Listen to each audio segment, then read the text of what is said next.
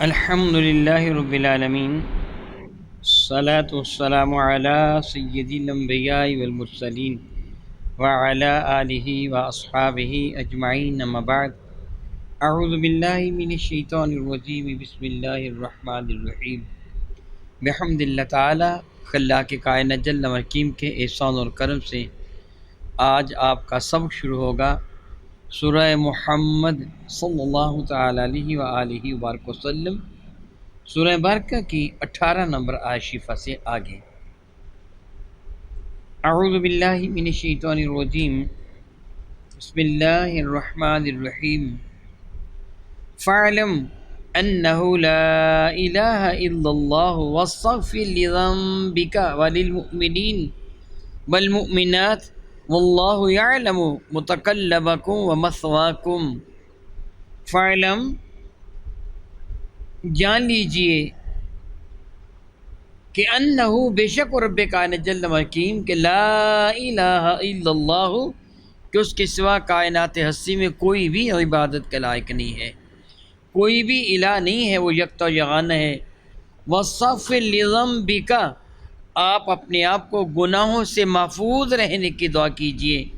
وَلِلْمُؤْمِنِينَ، اور ایمان والوں کے لیے بھی، وَالْمُؤْمِنَاتِ، اور ایمان والی عورتوں کے لیے بھی۔ وَاللَّهُ يَعْلَمُ مُتَقَلَّبَكُمْ، بے شک اللہ رب العزت جل وعلا جانتا ہے آپ کے چلنے پھرنے کو، آنے جانے کو، وَمَثْوَاكُمْ، اور ان جگہوں کو جہاں تم نے آرام کرنا ہوتا ہے۔ رب ذوالجلال سایہ برکہ میں اپنی توحید کا تذکرہ بڑے ہی حسین پیرائے میں فرمایا، یہ جان لو بے شک کائنات ہستی میں اللہ تعالیٰ کے سوا کوئی بھی عبادت کے لائق نہیں ہے۔ یہ کلمہ مقدسہ افضل الذکر ہے، ذکروں میں اعلیٰ ترین ذکر ہے۔ میرے اور آپ کے آقا رب کائنات جل وعلا کے محبوب مکرم، میرے اور آپ کے آقا تاجدار البجم شفیع معظم رحمت عالم صلی اللہ علیہ وسلم رب کریم کے محبوب مکرم کا ارشاد گرامی میں قدر ہے، من آخر کلامہ لا الہ الا اللہ فتح الجنہ، جس کا آخری کلام یہ کلمہ طیبہ ہوا جنت میں داخل ہو جائے گا۔ حضرت سیدنا فاروق اعظم رضی اللہ تعالیٰ عنہ نے مروی آپ سے مروی ہے کہ حضرت ابی ہریرہ رضی اللہ تعالیٰ عنہ فرماتے ہیں کہ ایک مرتبہ کا ذکر ہے، اللہ تعالیٰ کے نبی صلی اللہ تعالیٰ علیہ وآلہ وسلم ہم سے گم ہو گئے، ہم آپ کی تلاش میں نکلے۔ فرماتے ہیں کہ میں نے ایک باغ کے اندر رسول رحمت کو پا لیا۔ تاجدار البجم شفیع معظم رحمت وہاں تشریف فرماتے، میں نے بارگاہ ساتھ باب میں عرض کیا، اللہ کے نبی علیہ السلام پریشان ہو گئے تھے کہ کہیں کو کبھی یہودیوں نے یا منافقوں نے آپ کو نقصان نہ پہنچایا ہو۔ تو تاجدار البجم شفیع معظم رحمت عالم نے حضرت ابی ہریرہ کو اپنے نالین مقدس عطا فرمائے اور فرمایا، جا کے کہہ دے، جو بھی کوئی کہہ دے گا لا الہ الا اللہ محمد رسول اللہ، وہ جنت میں داخل ہو جائے گا۔ یہ جا کے لوگوں کو پیغام دے دیں۔ سیدنا ابی ہریرہ میری کریم آقا تاجدار البجم شفیع معظم رحمت کے نالین مقدس لے کے باغ سے باہر نکلے۔ سب سے پہلے سیدنا فاروق اعظم رضی اللہ عنہ سے ملاقات ہوئی۔ آپ نے حضرت عمر سے یہ کہا کہ رسول رحمت فرماتے ہیں، جا کے لوگوں کو بتا دو جس سے لا الہ الا اللہ محمد رسول اللہ پڑھ لیا وہ جنت میں داخل ہو جائے گا۔ حضرت فاروق اعظم نے یہ سن کر آپ کے سینے پر اتنے زور سے ہاتھ مارا کہ آپ گرتے گرتے بچے، کہیں گے چل واپس پلٹ جا۔ حضرت ابی ہریرہ رونے کی حالت میں واپس پلٹے، بارگاہ سالت باب میں حاضر ہوئے۔ ان کے پیچھے پیچھے سیدنا فاروق اعظم رضی اللہ تعالی عنہ تھے۔ حضرت ابی ہریرہ نے جا کے شکایت کی کہ یا رسول اللہ علیہ السلام، میں نے پہلے ہی شخص حضرت عمر کو یہ پیغام دیا جو آپ نے مجھے دیا تھا، انہوں نے مجھے مارا۔ رسول برشم رحمت عالم کی خدمت میں اتنی دیر میں فاروق اعظم بھی حاضر ہو گئے۔ انہوں نے کہا، یا رسول اللہ، میں نے ان کو اس بات سے اس لیے منع کیا، اگر اس سے لوگوں کو یہ بتا دیا کہ لا الہ الا اللہ محمد رسول اللہ کہنے والا جنت میں چلا جائے گا، باقی اعمال کی ضرورت نہیں ہے، تو لوگ اعمال کو چھوڑ دیں گے، نماز روزے حج زکوٰۃ کو چھوڑ دیں گے، کلمہ طیبہ ہی کافی ہے، بس اسی کو اپنا لیں گے۔ رسول رحمت شفیع معظم رحمت نے حضرت فاروق اعظم کی تائید کی اور حضرت سیدنا ابی ہریرہ کہا، چلو ٹھیک ہے، یہ ابھی اعلان نہ کرنا، آپ نے بعد میں یہ بتایا میرے نبی نے مجھ کو یہ فرمایا تھا۔ اس جگہ اس بات کا خیال رکھا جائے کہ لا الہ الا اللہ محمد رسول اللہ کی گواہی دینے والا کبھی نہ کبھی جنت میں چلا جائے گا۔ یعنی وہ گناہ گار بھی ہوا، سیاہ کار بھی ہوا، اپنے گناہوں کی سزا پا کر کبھی نہ کبھی وہ جنت میں ضرور بے ضرور چلا جائے گا۔ یہ نہیں کہ جنت سے رب کریم محروم رکھے گا اس کو، سچے دل سے اس سے کلمہ طیبہ کی تلاوت کی ہو، اللہ تعالیٰ کی توحید کی اور میرے نبی کی رسالت کی گواہی دی ہو۔ تو رب کریم فرماتا ہے وَاصْطَغْفِرْ لِذَنْبِكَ، علماء کرام ارشاد فرماتے ہیں یہاں سے مراد یہ ہے استغفر اللہ ان یقع منک الذنب، یعنی اللہ تعالیٰ سے استغفار اس چیز کی کیجئے کہ اللہ تعالیٰ جل وعلا آپ سے کوئی بھی گناہ سرزد کروائے، یعنی آپ اللہ تعالیٰ کی ضرورت کی کہ اللہ تعالیٰ تو مجھے گناہوں سے محفوظ فرما لے۔ چنانچہ رب کائنات جل وعلا نے میرے نبی کو گناہوں سے محفوظ فرما لیا، تو فرماتا ہے وَلِلْمُؤْمِنِينَ وَالْمُؤْمِنَاتِ، ایمان والوں کے لیے بھی دعائے مغفرت فرما دیجئے، ایمان والی عورتوں کے لیے بھی دعائے مغفرت فرما دیجئے۔ سبحان اللہ تعالی و بحمدہ، رب ذوالجلال اپنے محبوب مکرم کی امت کے لیے کتنا کریم ہے، کتنا کریم ہے، کتنا کریم ہے۔ اندازہ کیجئے کہ رب کریم اپنے محبوب کو فرماتا محبوب تم مجھ سے اپنی امتیوں کے لیے طلب مغفرت کرو تاکہ میں معاف فرما دوں۔ اللہ تعالیٰ ویسے ہی معاف فرما سکتا تھا، لیکن میرے نبی کو کہا تم سفارش کرتے چلے جاؤ، ہم معاف فرماتے چلے جائیں گے۔ سبحان اللہ تعالی و بحمدہ، سبحان اللہ۔ للمؤمنین والمؤمنات، ایمان والوں کے لیے بھی ایمان والیوں کے لیے بھی۔ جب اللہ تعالیٰ نے ہی معاف فرمانا ہے تو اس کو یہ کہنے کی ضرورت کیا تھی کہ محبوب تم کہو کہ اللہ ان کو معاف کر دے، میں معاف کر دوں گا۔ دراصل ہمیں یہ بتانا مقصود ہے مغفرت ملے گی ضرور، رحمت ہوگی ضرور، مگر میرے نبی کے وسیلہ سے ہوگی، مگر تم ڈائریکٹ مانگو گے تو نہیں ہوگی۔ رب کائنات عطا فرمانے والا ہے نا، گناہ کس سے معاف کرنے ہیں؟ اللہ نے۔ ضرورت ہے کہ کوئی سفارش کرے تو آپ گناہ معاف کرے گا؟ وہ تو اللہ ملک غیوب جاننے والا ہے، خود اس نے گناہ معاف کرنے ہیں، اور خود ہی اپنے محبوب کو کہہ رہا ہے تم کہو کہ اللہ گناہ گاروں کے گناہ معاف کر دے، میں معاف کر دوں گا، تم کہو۔ سبحان اللہ تعالی و بحمدہ، گویا ہمیں محتاج بنا دیا رسول رحمت کا۔ سبحان اللہ تعالی و بحمدہ، واللہ یعلم متقلبکم ومثواکم، اللہ رب العزت جل وعلا جانتے ہیں تمہارے گھومنے پھرنے کو، متقلبکم قلب پلٹنا، آنا جانا، مثواکم ٹھکانا، جہاں تم نے ٹھہرنا۔ اس سے کئی معنی مراد لیے جا سکتے ہیں، ماں کا شکم، پھر دنیا میں آنا، اور پھر قبر کی سکونت، دنیا میں زندگی گزارنا اور پھر قبر میں آخری ٹھکانے کا ہونا، جو بھی جیسے بھی۔ رب ذوالجلال فرماتے ہیں وَيَقُولُ الَّذِينَ آمَنُوا لَوْلَا نُزِّلَتْ سورہ، ایمان والے یہ عرض کرتے ہیں یا رسول اللہ علیہ الصلوۃ والسلام کوئی نئی صورت جہاد کے بارے میں کیوں نازل نہیں ہوئی؟ فَإِذَا أُنزِلَتْ سُورَةٌ مُحْكَمَةٌ، اور جب وہ نازل ہو جائے گی وہ سورہ یا نازل ہوگی وہ سورہ مبارکہ جو بڑی مضبوط صورت تھی، وَذُكِّرَ فِيهَا الْقِتَالُ، جس میں قتال کا ذکر کیا گیا تھا، رَأَيْتَ الَّذِينَ فِي قُلُوبِهِم مَرَضٌ، تو تم دیکھو گے ان لوگوں کو کہ جن کے دلوں میں منافقت کی بیماری ہے، کہ يَنظُرُونَ إِلَيْكَ نظرہ، وہ آپ کی جانب دیکھیں گے ایسی نظر سے، نظر المغشی علیہ من الموت، جس طرح ان پر موت طاری ہو رہی ہوتی ہے، فَأَوْلَىٰ لَهُمْ، تو یہ ان کے حق میں بہتر تھا۔ میرے اور آپ کیا کہتا ہے جلیل بجم شفیع معظم رحمت عالم جب تک مکہ مکرمہ میں تشریف فرما رہے اعلان نبوت فرمانے کے بعد، یعنی 13 سال تک، 40 سال کی عمر میں اعلان نبوت فرمایا، پھر 13 سال تک مکہ مکرمہ میں رہے، ایمان والے بارگاہ ساتھ باب میں حاضر ہوتے، ستائے ہوئے حاضر ہوتے، ظلم و ستم سے معاذ اللہ تعالیٰ سمعاذ اللہ تعالیٰ ان کو اللہ باللہ نشان عبرت بنایا ہوتا۔ کسی کا سر پھاڑا ہوا ہے، کسی کا بازو ٹوٹا ہے، کسی کی آنکھوں میں گرم کر کے سلاخیں پھیر دی گئی ہیں، کسی کو دیکھتے ہوئے کوئلوں پہ لٹایا گیا ہے، ظلم و ستم کے پہاڑ توڑے گئے ان پر، بارگاہ ساتھ باب میں حاضر ہوتے، یا رسول اللہ کافر حد سے بڑھتے چلے جا رہے ہیں، ان کا منہ نہ توڑا گیا تو یا رسول اللہ ہمارا جینا دوبر کر دیں گے۔ بہت زیادہ ظلم کرتے، بہت زیادہ ظلم کرتے، لیکن ایمان والوں کو تھا حکم تھا تم برداشت کرتے چلے جاؤ۔ ایمان والے بارگاہ ساتھ باب میں کرتے یا رسول اللہ علیہ وسلم اجازت دیجیے، کم از کم ہم بدلہ لے سکیں، ایک کو انہوں نے شہید کرنا ہی ہے تو کم از کم 10 کافروں کو تو قتل کرے، ان کو عقل تو آ جائے۔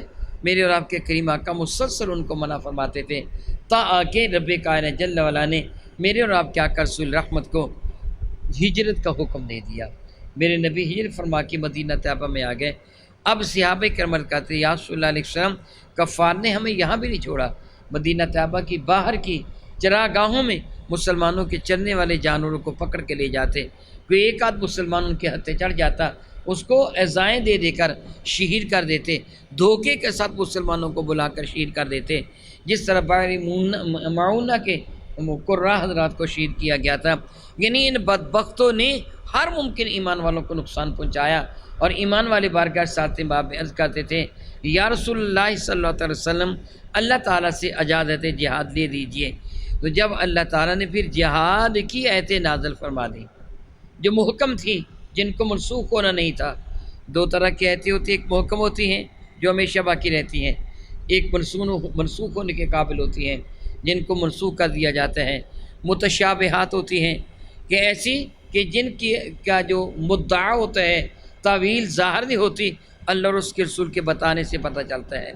تو اللہ تعالیٰ فرماتا ہے جب صراحتاً اعلانیہ طور پر وہ سورہ بارکہ نازل ہو گئی جس سورہ بارکہ میں جہاد کا حکم تھا، تو پھر دیکھو کہ تم ان لوگوں کے کہ رأیت الذین فی قلوبہم مرض، دیکھو گے ان لوگوں کو جن کے دلوں میں منافقت کی بیماری ہے، ایمان والے نہیں، منافقوں کو دیکھو گے کہ ینظرون الیک، یا رسول اللہ وہ آپ کی طرف دیکھتے ہیں کیسی نظر سے؟ نظر المغشی علیہ من الموت، جس طرح ان کی نظر پر موت کی غشی طاری ہو چکی ہو، اس طرح آپ کی جانب دیکھیں گے۔ جب ان کو کہا جاتا ہے آؤ جہاد کے لیے، پہلے بڑی ڈھینگیاں مارا کرتے تھے منافق، ہمیں جہاد کا دراصل حکم نہیں نا، اگر جہاد کا حکم ہوتا تو ہم کافروں کو ناکوں چنے چبوا کے رکھ دیتے، ان کو ادھیڑ کے رکھ دیتے، ہمارے ساتھ پنجہ لڑاتے، ہم ان کے بکھیے ادھیڑ دیتے، ہمارا مقابلہ تو کر کے دیکھیں۔ یہ ڈھینگی ہانکا کرتے تھے، لیکن جب رب کائنات جل وعلا نے جہاد کو حکم نافذ کر دیا پھر یہ ڈھیلے پڑ گئے، پھر ان پر غشی طاری ہوگی موت کی، لیکن ایمان والوں کی نہیں۔ ایمان والوں کو آپ جانتے ہیں سب سے پہلا باقاعدہ غزوہ بلا کون سا تھا؟ غزوہ بدر۔ سب سے پہلا جو غزوہ نا باقاعدہ طور پر غزوہ، وہ ہے غزوہ بدر۔ اب غزوہ بدر پڑھ کے دیکھیں، مسلمان بچے جن میں حضرت سیدنا ابو سعید خدری بھی شامل تھے، ایڑیاں اونچی کر کر کے مجاہدوں میں شامل ہونا چاہتے تھے، بے سر و سامان ہوتے ہوئے بھی لڑکے۔ پھر آپ جانتے ہیں کہ بارکہ ساتھ باب میں ایک آدھ کو داخل کر لیا گیا، تو ایک نے پھر دوسرے کے لیے کیا کہا تھا؟ یا رسول اللہ میری کشتی اس کے ساتھ کروائیں، اگر میں اس کو بچھاڑ لوں گا پھر مجھے بھی شامل کر لیجیے ہاتھ میں۔ تو میرے قریب آکر رسول اللہ شفیع معظم رحمۃ اللہ نے پھر ایسے کیا تھا، تو کشتی کرنے والے کمزور نے جوان کو کہا تھا وہ تمہیں تو شامل کر لیا جہاد میں، تم چت لیٹ جانا، تمہارے بہانے میں بھی شامل ہو جاؤں گا۔ کتنی ان میں محبت تھی۔ عبد الرحمن بن عوف کہتے ہیں میدان بدر میں میں، آپ جانتے ہیں نا کہ کل 8 تلواریں تھیں، 6 زیریں تھیں، 3 گھوڑے تھے، یہی کچھ تھا نا۔ عبد الرحمن بن عوف کہتے ہیں میں میدان جنگ میں کھڑا تھا، میں نے خیال کیا کہ میں کفار پہ حملہ کروں گا، اپنے دائیں بائیں دیکھوں تو ننے بچے تھے، ایک کا نام معوذ تھا، دوسرے کا نام معاذ تھا، دونوں افرا کے بیٹے تھے۔ میں نے دیکھا یہ ننے 2 بچے ہیں، دائیں اور بائیں، چھوٹی چھوٹی عمر کے، تو میں نے خیال کیا کام خراب ہوا، اے کاش میرے ساتھ کوئی بہادر کھڑا ہوتا، میں کفار پہ حملہ کرتا، وہ میرا معاون بنتا۔ اب اگر کفار کا ریلا ادھر آ گیا، میں بچوں کو سنبھالوں گا، ان کی جان بچاؤں گا یا کفار سے مقابلہ کروں گا؟ عبد الرحمن بن عوف کہتے ہیں ان بچوں نے مجھے کہا چچا، عربی میں عام کہتے ہیں یا امی اینا ابا جہل، چچا ابو جہل کہاں ہے؟ چچا ابو جہل کہاں ہے؟ تو میں نے کہا کہ تم نے ابو جہل کو کیا کہنا ہے؟ کہنے لگے ہم نے قسم اٹھائی ہے کہ یا تو ہم شہید ہو جائیں گے یا اس کو قتل کریں گے۔ ہمیں پتہ چلا وہ ہمارے نبی کی شان میں گستاخی بکتا ہے۔ حضرت حفیظ جلندری ان کی اس بات کو اشعار میں نقل کرتے ہیں، وہ بچے کہنے لگے قسم کھائی ہے مر جائیں گے یا ماریں گے ناری کو، سنا ہے گالیاں بکتا ہے وہ محبوب واری کو، ہم نے قسم اٹھائی ہے یا خود ہم شہید ہو جائیں گے یا اس کو قتل کر دیں گے۔ تو عبد الرحمن بن عوف نے فرمایا حفاظت کر رہا ہے گرد اس کے فوج کا دستہ، وہ تنہا نہیں ہے، وہ کمانڈر چیف ہے ان کا، فوجی اس کی حفاظت کر رہے ہیں، حفاظت کر رہا ہے، گرد اس کے فوج کا دستہ۔ تو بچوں نے چمک کر کہا وہ دستہ کب تلک روکے گا اسرائیل کا رستہ؟ چچا بتاؤ تو صحیح کدھر ہے؟ عبد الرحمن بن عوف کہتے ہیں کہ اچانک میں نے دیکھا ہوشیار ان کے گھوڑے پر، گھوڑے کو کداتا ہوا مسلمانوں پہ حملہ کر رہا تھا۔ میں نے بچوں کو بتایا وہ ہے وہ۔ چنانچہ فرماتے ہیں اگلے لمحے میں نے دیکھا تو دونوں بچوں پر اس طرح جھپٹے جس طرح باز چڑیا پر جھپٹتا ہے۔ یہ پیدل تھے دونوں، ہاتھوں میں ننھی ننھی تلواریں، چھریاں، جاتے ہی چھلانگ لگا کے اس پہ حملہ کیا، اس کی ران پر گہرا زخم آ گیا۔ اس کا بیٹا اکرمہ بن ابی جہل نے ان دونوں کو دیکھا تو اس سے ایک ہاتھ تلوار کا مارا، ایک بھائی کا بازو کٹ گیا، بعد میں معاوض ہے بعد میں معاذ ہے، ایک کا بازو کٹ گیا اور وہ بازو کا تسمہ پہلو میں لٹکنے لگا۔ اب جنگ کرنا مشکل ہو رہا تھا، اسے پاؤں کے نیچے ہاتھ دے کر اس تسبیح کو توڑ کر بازو کو جلا کر کے پھینک دیا۔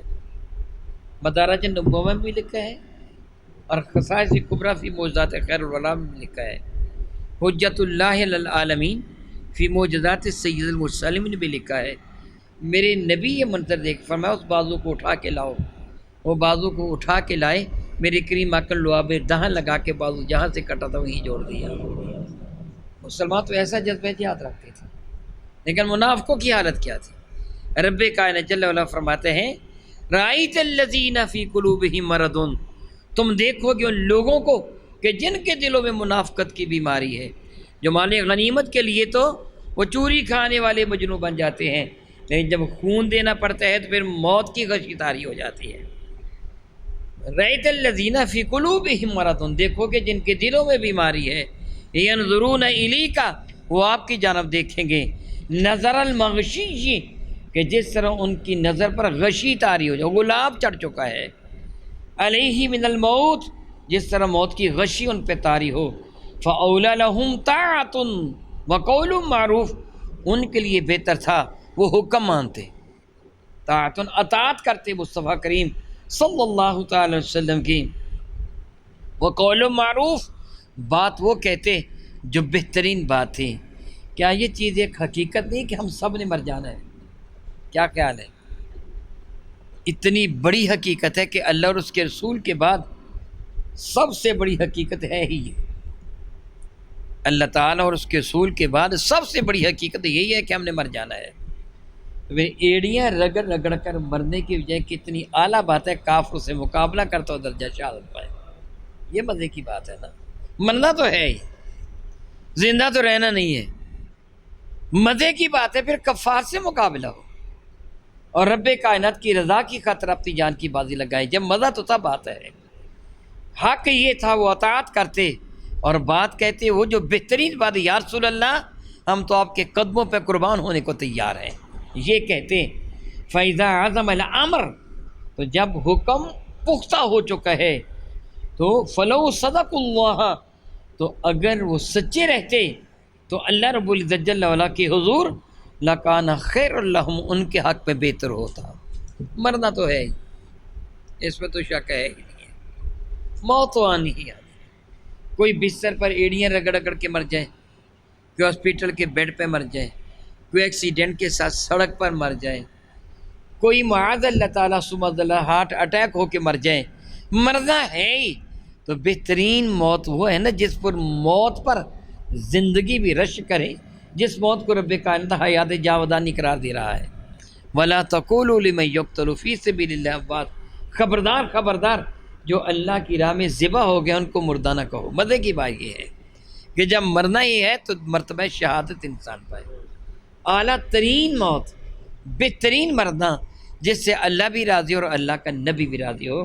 رب کائنات میرے کریم آقا رسول نبی کے صدقہ سے ہمیں مرتبہ شہادت نصیب فرمائے، آمین ثم آمین، او کما قال اللہ تبارک و تعالی، واللہ تعالی اعلم باسرار کتابہ۔